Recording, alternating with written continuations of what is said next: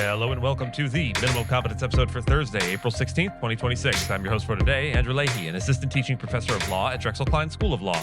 On today's episode, Live Nation's monopoly verdict, a major solar company's bankruptcy, and John Eastman's disbarment over 2020 election efforts. Let's remember, it is amazing what you can accomplish if you do not care who gets the credit. And read today's legal news. On this day in legal history, April 16th, 1947, a catastrophic industrial disaster struck Texas City, Texas, when a ship loaded with ammonium nitrate exploded, killing nearly 600 people and injuring thousands more. The blast devastated the surrounding area, leveling buildings and igniting fires that burned for days. In the aftermath, victims and their families turned to the courts, seeking accountability from the federal government for its role in overseeing the shipment and handling of the hazardous material. Their claims were brought under the Federal Tort Claims Act, a relatively new law at the time that allowed private citizens to sue the government for certain negligent acts. The resulting litigation eventually reached the U.S. Supreme Court in Dalehite v. United States, a case that would shape the boundaries of government liability for decades. Plaintiffs argued that federal officials had been negligent in the planning and execution of the fertilizer export program that led to the explosion. The government, however, maintained that its actions involved policy decisions protected from liability. In a closely watched decision, the Supreme Court sided with the government, holding that the challenged conduct fell within the, quote, discretionary function exception of the statute. This exception shields the government from lawsuits based on decisions grounded in public policy considerations. The court's ruling effectively barred recovery for many victims, drawing criticism for limiting access to remedies in cases of large-scale harm. At the same time, the decision established an enduring legal principle. Not all government actions, even if harmful, are subject to judicial review through tort claims. The case has since been cited frequently in disputes involving regulatory decisions, disaster response, and federal oversight. Its legacy continues to influence how courts distinguish between operational negligence and protected policy judgment. A Manhattan federal jury found that Live Nation Entertainment and its subsidiary Ticketmaster unlawfully maintained monopoly power in the concert ticketing market. Jurors concluded that the companies controlled primary ticketing services for major venues and used exclusionary tactics to limit competition. One key finding was that Live Nation tied access to its large amphitheaters to the use of its promotional services, restricting competitors.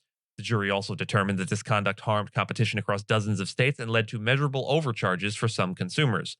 The lawsuit was brought by a coalition of states and originally included the U.S. Department of Justice, which settled during the trial. That settlement proposed structural changes, including making Ticketmaster's technology available to rivals and limiting certain exclusive venue agreements. It also included a financial component, though many states rejected the deal and continued litigating. The jury ultimately found violations of multiple state laws and confirmed anti-competitive effects in the live entertainment industry. Despite the verdict, key issues remain unresolved, including how much damages the companies will owe and whether structural remedies, such as forcing a sale of Ticketmaster, will be imposed.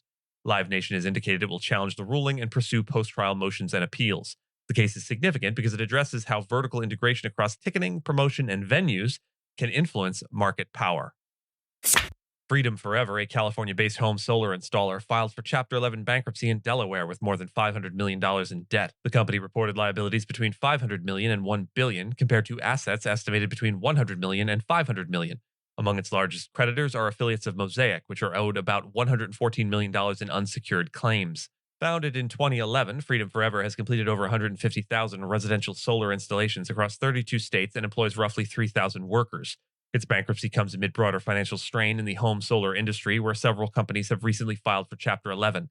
Industry-wide challenges include declining demand driven by higher interest rates, which make financing solar projects more expensive, and the expiration of a key federal tax credit for residential solar installations.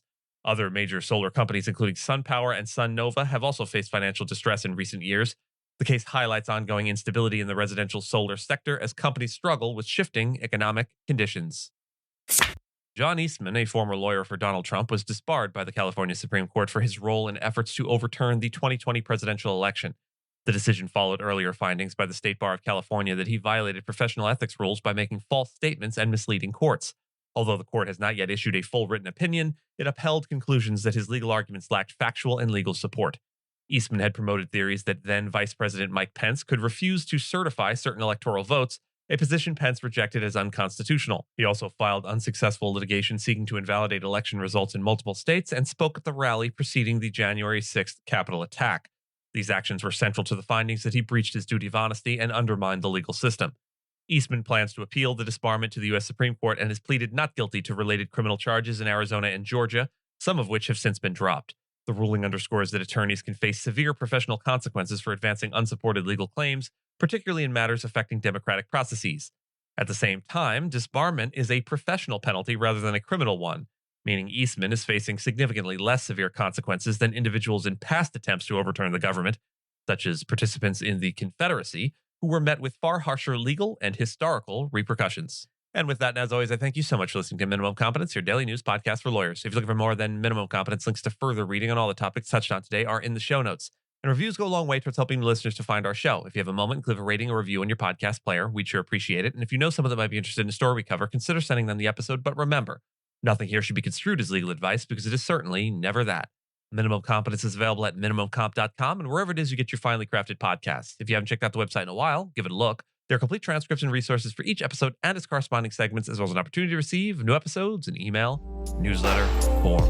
We'll see you back here tomorrow, and until then, remember, humility is not thinking less of yourself, but thinking of yourself less.